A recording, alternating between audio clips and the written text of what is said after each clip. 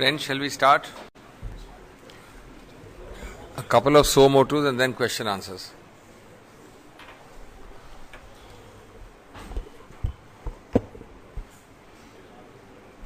Friends,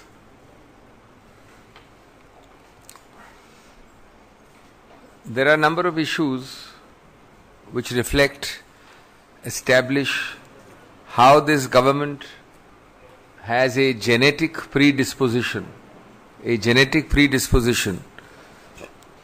to exaggeration, to distortion, to deception, to hypocrisy, and to pass off fiction as fact. Now, first point I want to deal with is surgical strikes. I want to make 2 or 3 things clear because there is a lot of misleading misinformation spread. Number 1, the Congress party has been 100% behind the nation and the army in the initiative which is colloquially called the surgical strike. From day 1 we have repeated it any number of times on channels and elsewhere, and I am repeating it to you again. 2, we have never questioned or raised any question of any kind about the surgical strike. Its quantum, nature, if it happened, did not happen, absolutely never. We don't think it should be. But we have said 2 things. 1, do not politicize surgical strikes. It's a great achievement of our great army, of a great nation. Second, that do not deny by falsehood that it has never ever happened before.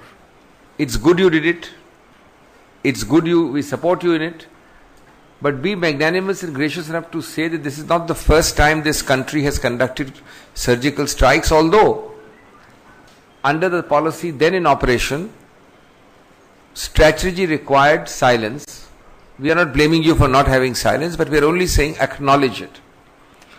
Now, on these 3 points, I am asking you, does it look good for no less than the defense minister of this country to be directly contradicted by no less than the foreign secretary of this country? I hate to say this, but I have to say it. The country is saying it. Which one of them is prevaricating? The foreign secretary has spoken in measured terms, in precise terms. His exact words have been quoted by you, specifically quoted by you. I am quoting, professionally done, target specific, limited caliber, counter-terrorist operations have been carried out across the LOC in the past too. But this is for the first time that the government has made it public, unquote. These are very measured and precise terms, so I don't think we have any reason to disbelieve these precise terms of the head of the foreign service in this country. But what does our Raksha Mantri tell you? What does the government of the day tell you? Totally different. Why this attempt to be non-magnanimous, non-gracious, non-truthful, deceptive? Someday you attribute it to the RSS, someday you attribute it to the fact that this is the first time this government has done it. Now whether I do a cross-border strike and attack your place or his place or the 4th row of this room or the 3rd row of this room, that is not relevant. What is relevant is that we have done a cross-border strike now, for which we are very proud, and we have done it earlier, for which we are equally proud.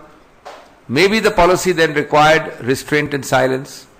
But this is very serious for the nation, because this kind of prevarication, mainly and only to score brownie points, is unfortunate because it paints the nation in a bad light, which neither the defense minister appears to appreciate, nor the Prime Minister of this country has stepped in to simply make a 4-word statement that we are happy that the nation is supporting us and we are acknowledging that this has been done earlier also.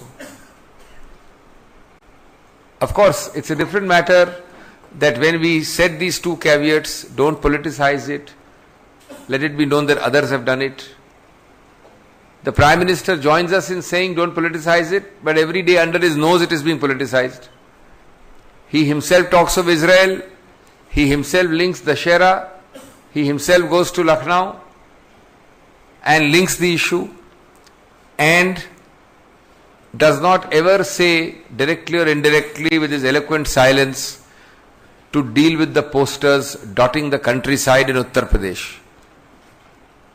Posters which directly politicize it, directly contrary to what he has said.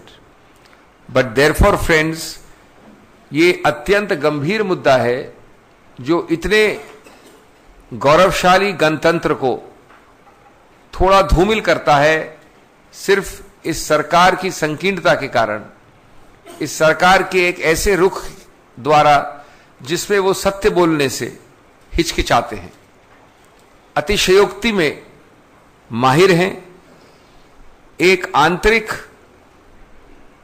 उनके हृदय में और उनके बदन में ये लिख दिया गया है डीएनए में कि अतिशयोक्ति करनी है, विकृत करनी है कुछ चीजें, झूठ को सच बताना है और आडंबर की और बरगलाने की राजनीति करनी है। इसका एक प्रमुख उदाहरण आपने देखा, कांग्रेस के 3 पक्ष हैं जो मैंने पहले भी कहे हैं, मैं आपके सामने समक्ष बड़ा स्पष्ट करना चाहता हूं। पूरा देश, पूरे देश के साथ हम खड़े हैं, सरकार के साथ हम खड़े हैं और सबसे विशेष हमारी गौरवशाली सेना के साथ और सेना के तीनों अंगों के साथ हम खड़े हैं। इस स्ट्राइक के विषय में हमने कभी इस पे कोई प्रश्न चिन्ह लगाने का सवाल ही नहीं उठता हमारी तरफ से। हमने सिर्फ 2 चीजें कही हैं जिसको मैं दोहरा रहा हूं और हमेशा से कहा है, हमने सही कहा है। एक, कि इसका राजनीतिकरण नहीं करिए, हम गौरवशाली गणतंत्र हैं, हमारी सेना सबसे गौरवशाली है, प्रभावशाली है, इसको राजनीति में नहीं घसीटिए। दूसरा, ये बहुत अच्छी बात है आपने किया, आज की आपकी नीति ये कहती है कि इसको आप प्रकाशित कर दें, कोई बात नहीं, अच्छा किया। साथ साथ ये भी कहिए कि ये पहले भी हुआ है। उस वक्त की नीति शायद ये कहती थी कि इसको गुप्त रखें, गुप्त रहा, लेकिन हुआ पहले भी था। अब आज हमारे पे बड़ा स्पष्ट वक्तव्य आया है माननीय विदेश सचिव का, कोट हुआ है आप द्वारा, मैं नहीं कह रहा हूं, और उस कोटेशन में बड़ा स्पष्ट लिखा है कि ये काम, मैं कोट कर रहा हूं, अंग्रेजी में है लेकिन हिंदी में मैं उसका अनुवाद करते हुए बोल रहा हूं, ये प्रोफेशनली हुआ था, ये बिंदु के ऊपर निशाना लगाने की नीति से हुआ था, ये सीमित था आतंकवाद विरोधी नीति के आधार पे, और यही नीति आतंकवाद विरोधी स्ट्राइक्स हमारी सीमा के परे जाकर पहले भी हुई थी। फर्क इतना था कि आज की नीति के अंतर्गत उसका खुलासा किया गया था। ये कोट अनकोट माननीय विदेश सचिव का बड़ा स्पष्ट, बड़ा एक संतुलित और बड़ा गंभीर सा वक्तव्य है। मैं नहीं समझता कि इस देश के सामने कोई भी इस पे दो राय हो सकती है कि इसको संदिग्ध करें या इस पे प्रश्न चिन्ह लगाएं। अगर इसको संदिग्ध नहीं करते हैं तो मुझे बड़े दुख और खेद के साथ ये पूछना पड़ता है आपके जरिए देश से कि क्या माननीय रक्षा मंत्री सच नहीं बोल रहे थे, इस देश से सच नहीं कह रहे थे? बार बार जब कहा गया तो माननीय प्रधानमंत्री चुप क्यों रहे?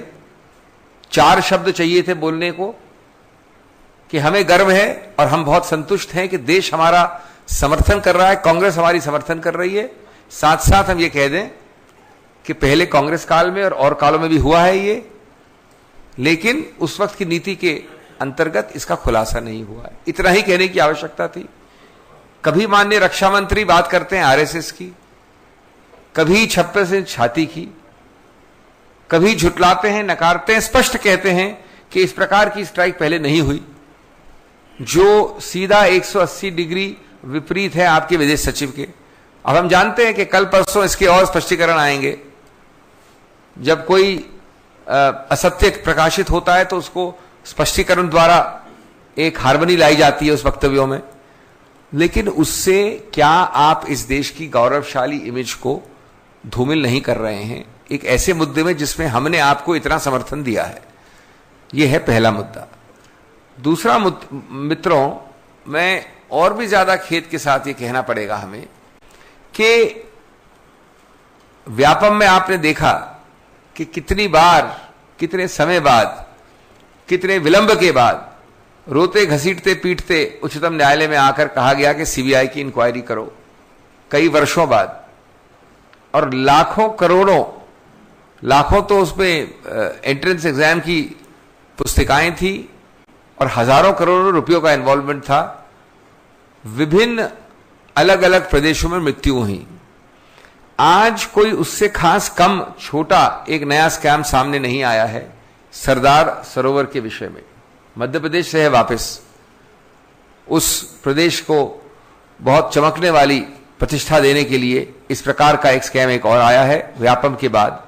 और वो बड़ा सरल ये है कि 8 वर्ष पहले एक जस्टिस शाह कमीशन बनाया गया। उस justice Shah commission, justice Jha commission, SS Jha, वो नियुक्त हुआ तो उस पर कोई विरोध नहीं था। जब उसकी रिपोर्ट आई तो प्रदेश सरकार ने भरसक प्रयत्न किया कि वो प्रकाशित न हो। याचिका लेके गए उच्च न्यायालय में कि प्रकाशन रोका जाए। अंततोगत्वा उच्चतम न्यायालय ने उसका प्रकाशित करने का आदेश दिया और अब वो विधायिका में प्रकाशित हो चुकी है। उसमें क्या लिखा है, मैं सिर्फ एक संक्षेप में बोल रहा हूं, हम एक विस्तृत आपको स्टेटमेंट लिखित मेरी तरफ से दे रहे हैं। उसमें लिखा गया है बड़े दैनिक और खेदपूर्ण और दुखद प्रसंग में कि 8 वर्ष में कई वर्ष निकाले गए, सेक्रेटेरिएट नहीं दिया गया, समर्थन नहीं दिया गया SS झा कमीशन को। फिर लिखा है कि उसमें जो विशेष चार्ज है जो बन जाता है कि उसमें फॉर्जरी द्वारा, और बहुत व्यापक रूप से फॉर्जरी द्वारा, लाखों करोड़ों रुपए जो RNR कहते हैं, नर्मदा के विषय में रिहैबिलिटेशन RNR के लिए खर्च हुए, वो फर्जी दस्तावेजों पे वितरण हुआ उनका। और कम से कम 40-45 हजार परिवारों में सैंपल चेक किया इस आयोग ने और पाया कि कई हजार ऐसे परिवार हैं जो एग्जिस्ट ही नहीं करते हैं। यानी मैंने आपको रुपये दे दिए लाखों इस नाम पे कि मैं आपको रिहेबिलिटेट कर रहा हूं, आप एग्जिस्ट ही नहीं करते हैं। यह आयोग ने अब मालूम किया है। मैं समझता हूं ये एक और बहुत बड़ा आकार में, स्वरूप में, गंभीरता में, कुछ हदों में देखा जाए तो व्यापम से भी बड़ा। और आपने किसके रुपए चुराए? आपने उन गरीब आउस्टीज कहते हैं इस कानून में, जिनको आपको अनिवार्य रूप से रुपए देने थे, जिनके आप घर उजाड़ रहे थे, जिनको आप फेंक रहे थे, डैम के अलग कर रहे थे, उनके साथ आपने विश्वासघात किया। फिगर्स हमारे पास है, मेरे वक्तव्य में हैं, जो आपको लिखित देंगे हम। 40,000 से ज्यादा ऐसे परिवार थे और लाखों करोड़ों रुपए उनके नाम पे लिए गए, वितरण किए गए, लेकिन उनको कुछ नहीं मिला। इसीलिए इस प्रदेश सरकार ने लगभग 4-5 वर्षों तक इस 7 वर्ष के आयोग में समर्थन और सहयोग नहीं दिया, सेक्रेटेरियल असिस्टेंस नहीं दी। This is the true face of this so-called party with a difference, coming as it does from the BJP-ruled Madhya Pradesh, which is achieving new milestones in corruptions and scams. Vyapam was bad enough. Remember, it involved multi-state deaths, multi-state corruption, and it was only to make a virtue out of necessity when there was no other option, that crying, screaming and resisting, the state government agreed to a CBI inquiry in the Supreme Court proceedings. It was nothing but making a virtue out of necessity. Today we have the so-called Sardar Sarovar scam unearthed by the Jha Commission. I am going to give you a written statement on it, but very briefly. The Jha Commission, the SS Jha Commission, was set up about 8 years ago. The report, when it was about to be published, the state government went to the High Court with the only prayer that stopped the publication. Ultimately, under Supreme Court orders, it has been placed on the floor of the House. An action taken, report ATR has been demanded. In a nutshell, what does it say? it tells you that ousties, people displaced, poor people, almost 40,000 plus families in the Narmada Sardar Sarovar area context, for whom huge amounts of R&R, relief and rehabilitation monies, lakhs of crores, were earmarked, are mandatory under the law, were taken and distributed, and the Commission has found rampant forgery. These are not my words, they are words of the Commission, in thousands of cases, where the report finds that in the sample, thousands of cases they've checked, forged documents have become the basis of this distribution. Again, I am sure you will have resistance, you will have denial, you will have justification, you will have delay. But the true face of this absolutely scam-ridden, corrupt government is before you yet again. And every day we hear homilies from the Prime Minister about the clean governance and the anti-corruption crusades. This is an example of an anti-corruption crusade.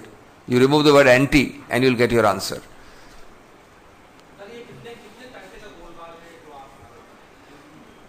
They have done a sample check. They have found a few thousand families. They are still to calculate the exact amount of money, but you can multiply it. This is a sample. You can rest assured that the amount will be much larger. And corruption, whether it is of 10,000 crores or 20,000 crores, hardly makes a difference. It is a question of the tip of the iceberg what has been found. Well, it seems today that if 40,000 families are involved, it may well be in terms of money of the same scale or slightly more than Vyapam.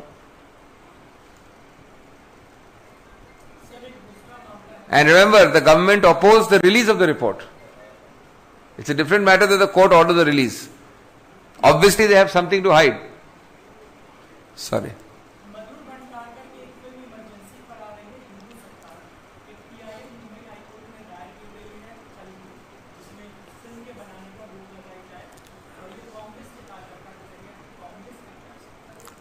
मैं समझता हूं आपके तथ्य गलत हैं। मैं किसी ऐसे कांग्रेस कार्यकर्ता या कांग्रेस पार्टी की याचिका के बारे में बिल्कुल अनभिज्ञ हूं और मैं आपसे चाहूंगा उस नंबर, उस आदमी का नाम। कोई ऐसी याचिका जहां तक मुझे पता है कांग्रेस द्वारा नहीं दायर की गई है। ये किसी अमुक व्यक्ति और न्यायालय के बीच का मामला है, जो होता है नहीं होता है। लेकिन ये नहीं कहिए कि कांग्रेस ने उसके बाद कई आरोप प्रत्यारोप इस पर देखे हैं और कांग्रेस का कोई कारण नहीं है कि कांग्रेस कोई ऐसी याचिका करे।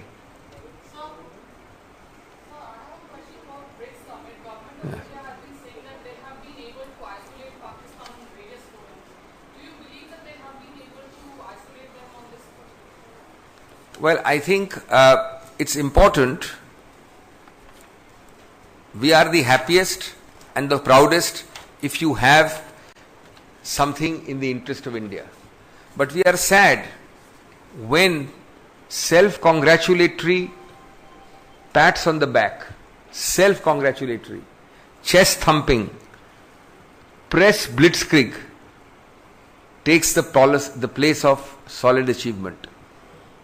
You decide for yourself whether the glass is 1/4 full and 3/4 empty, and what you have been fed by a staple diet of chest thumping, self-congratulatory, press blitzkrieg soldiers of the BJP. We have not in the BRICS summit, friends, got a single word called Pakistan in the declaration. Point number one. We don't have in the BRICS declaration a single word, I'm talking of even the word, forget action, of Jaish. We do not have in the BRICS declaration a single word about LET. We do not have in the declaration a single word about cross-border terrorism. Mind you, we do not have a single word of support in the declaration from either China or Russia, our long-time friend.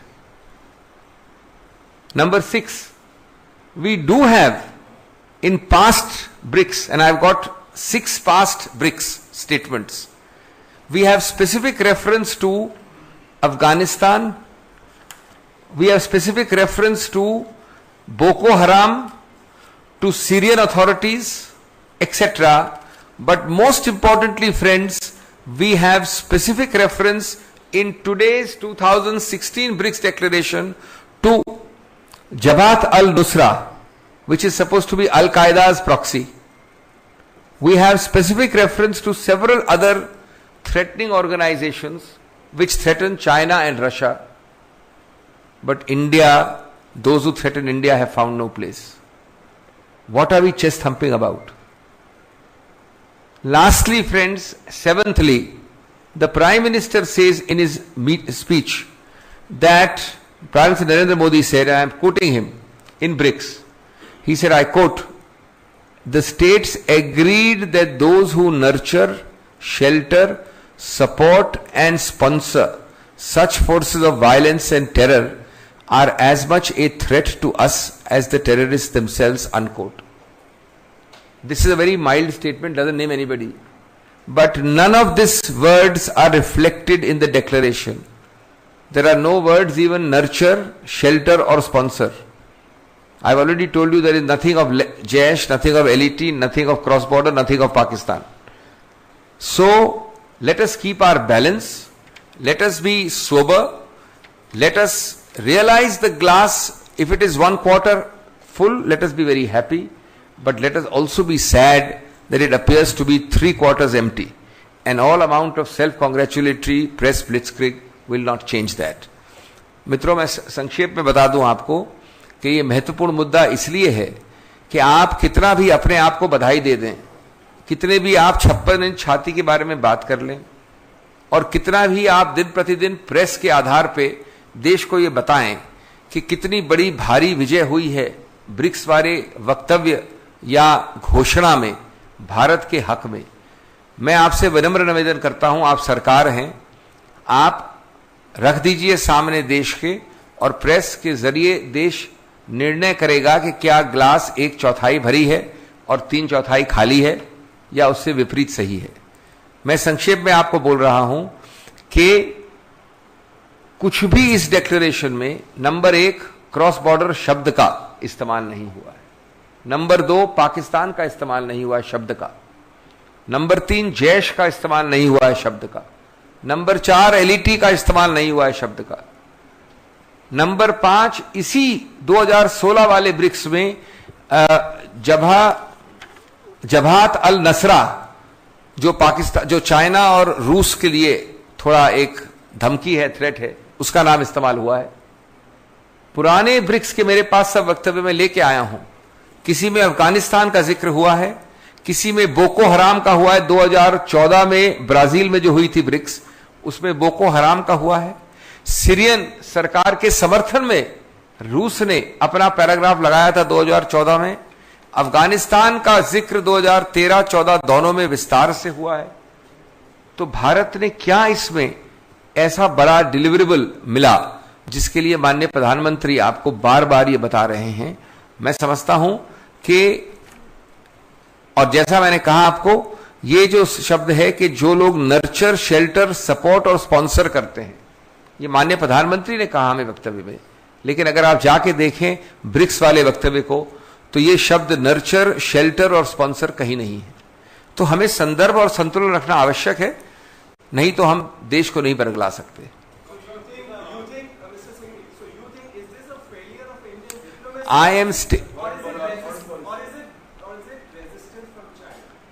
I think first and foremost it is the display of characteristics with which I started today's briefing. The inbuilt, embedded into the DNA of the NDA are qualities or vices of exaggeration, distortion, deception, hypocrisy and passing of fiction as fact. Secondly, I think that we have not been able to leverage both China and Russia, answering your question directly, even remotely, if these 7 things are missing. I have itemized 7 things for you. Thirdly, I don't call it a failure of foreign policy. I call it that you should state the facts before the nation. You cannot achieve X and project to the nation every day that you achieved 5 into X. That's the objection I am making. because that diminishes the nation. आ रहा हूं.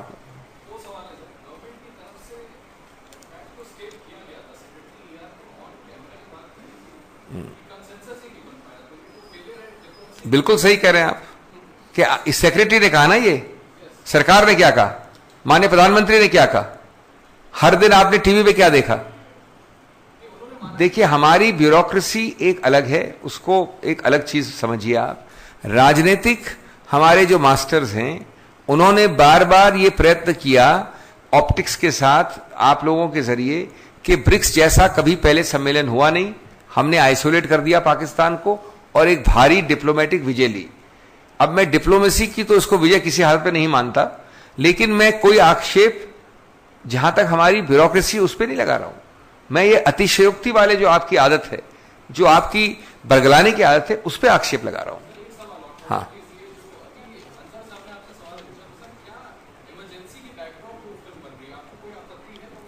देखिए, मैंने एक तथ्यों का आधार पे answer दिया है. आज एक याचिका का नाम ले रहे हैं, हमने कोई ऐसी याचिका की नहीं है. याचिका क्या है, किसने की है, क्या होता है, जब बाद में मालूम पड़ेगा तो आपको बताएंगे. हाँ हाँ, तो क्या, हमको क्या पता क्या है, आने दीजिए, देखते हैं क्या है. अगर आपत्तिजनक होगा आज के निर्धारित कानून के अंतर्गत तो हम सबका हक है. अगर वो हमारे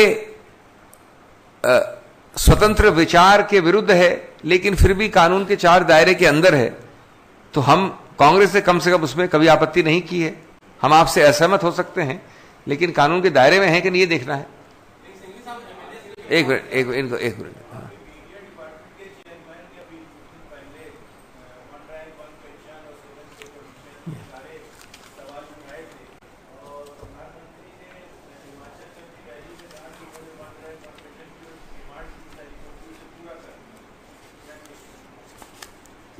मैं समझता हूं ये तो बड़ी मजाकिया बात है, क्योंकि आप 1 रैंक 1 पेंशन में तो बाद में आए, लेकिन इतनी बड़ी बड़ी जो क्लेम्स हो रही हैं, हमें दुख होता है आपको ये बता के कि अगर आप आज, और ये बहुत ही विडंबना की बात है, मेरे पास कुछ ऐसे चौंकाने वाले तथ्य हैं. माननीय प्रधानमंत्री कहते हैं कि हमने जबरदस्त, और मांडी में हिमाचल में जाके कहते हैं कि हमने जबरदस्त उपलब्धि की है आर्मी के लिए. आपको शायद ये मालूम है कि नहीं कि जिस दिन 30 सितंबर को हमारी वीर सेना ने, हमारी गौरवशाली सेना के तीनों अंगों ने ये काम किया था बॉर्डर में, उसके एक दिन बाद 1 तारीख अक्टूबर को जबरदस्त गिरावट की गई पेंशन में उन वीर जवानों के लिए जो हर्ट होके, जो किसी रूप से इंजर होके निकलते हैं सेना से. मेरे पास इसके बारे में बहुत जबरदस्त आंकड़े हैं जो दुखद हैं. मैं आपको बहुत संक्षेप में कहना चाहता हूं कि 100% डिसेबिलिटी में इसमें इस प्रकार के नए रूल बनाए गए हैं कि 100% डिसेबिलिटी के अंतर्गत जिसको 45,200 रुपये मिलते, उसको अब केवल 27,200 रुपये मिलेंगे प्रति माह. यानी एक महीने में एक डिसेबल्ड, 100% डिसेबल्ड जवान को 18,000 रुपये का हिट होगा. और कैटेगरीज में जाएंगे आप, अगर बड़ी कैटेगरीज में, जेसीओ की कैटेगरी में इत्यादि, तो 70,000 रुपये प्रति माह का नुकसान होगा. ये आपको वो प्रधानमंत्री बता रहे हैं जिन्होंने कहा कि हमने आर्मी के लिए इतना किया है, और ये एक दिन बाद किया है 30 सितंबर के. इन्होंने किया क्या है कि एक स्लैब सिस्टम डाल दिया है, और उस स्लैब सिस्टम के कारण जो पहले परसेंटेज सिस्टम में मिलता था उसके आधार से बहुत कम हो गया. यानी परसेंटेज के तुलनात्मक रूप से स्लैब सिस्टम में बहुत कम हो गया है. 27,000 ऑफिसर्स के लिए, 17,000 जेसीओस के लिए और 12,000 और रैंक्स के लिए. और ये है उन कैटेगरीज के लिए जो 100% डिसेबिलिटी पेंशन है. मैं समझता हूं प्रधानमंत्री को इससे पहले कि वो इतने बड़े भाषण दें, इतने बड़े वायदे करें और क्लेम्स करें उपलब्धियों का, इसका जवाब देश मांगती है. आपके जरिए मैं मांग रहा हूं कि क्या यह सही है, और आपने किस औचित्य से कितने रुपए बचाने के लिए हमारे जवानों को, और वो भी जवान जिनको पेंशन की बात, ये पे की बात नहीं हो रही है, ये उनकी हो रही है जो 100% डिसेबल हो गए और निकल आए हैं.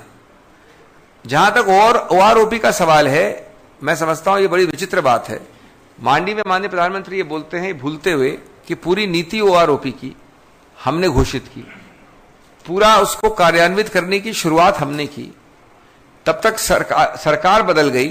सरकार बदलने के बाद लगभग 1.5 साल का विलंब किया, और जब धरने हुए, स्ट्राइक्स हुई, तब कार्यान्वित किया गया। और जो कार्यान्वित किया ओआरओपी, वो आंशिक रूप से कार्यान्वित किया। आप जानते हैं कि कई चीजें उसमें नहीं दी गई। तो मैं नहीं समझता कि ये अगर अतिशयोक्ति और झुटलाने की प्रक्रिया नहीं तो क्या है।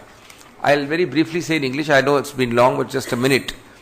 Before I answer your question on OROP, I must tell you something which is most ironical and saddens the country. One day after 30th September, when our brave Jawans crossed the border, the government has quietly announced a policy whereby the pension for 100% disability soldiers has been drastically reduced under the new policy by introducing a slab system in place of the earlier so-called percentage system. And to give you an example, on an average, 27,000 rupees per month will be reduction for officers. 17,000 rupees per month will be the reduction. I'm not talking of the actual pension, the reduction alone for JCOs, and 12,000 rupees per month for all other ranks. This has been done surreptitiously, quietly, while within a few days, 10 days, the Prime Minister makes tall claims in Mandi, Himachal. Secondly, on OROP, the whole country knows that the conception is ours, the policy is ours, the announcement is ours.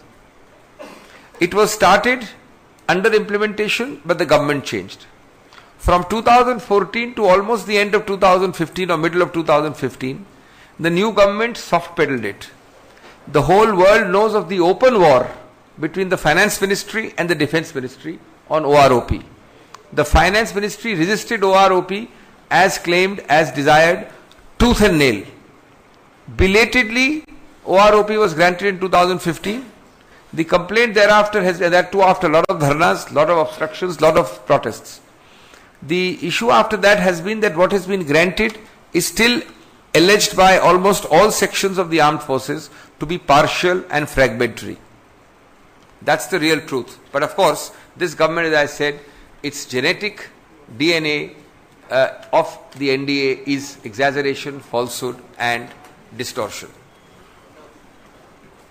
A day after BRICS, China goes on to say that Islamabad has made many sacrifices due to terrorism, and Pakistan has not been isolated globally. That's what China said just the day after. I think you have made my point, just exactly the point I made just now. This is yet another proof of the point I've made. So I think we should be sober in understanding what we have got. We should be clear on the deliverables achieved. Thank you.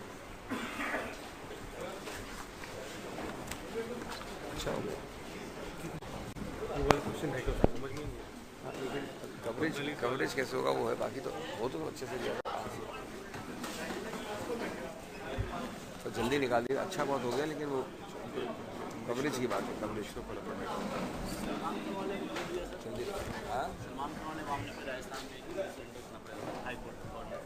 Legal case है, हमको क्या बोलना।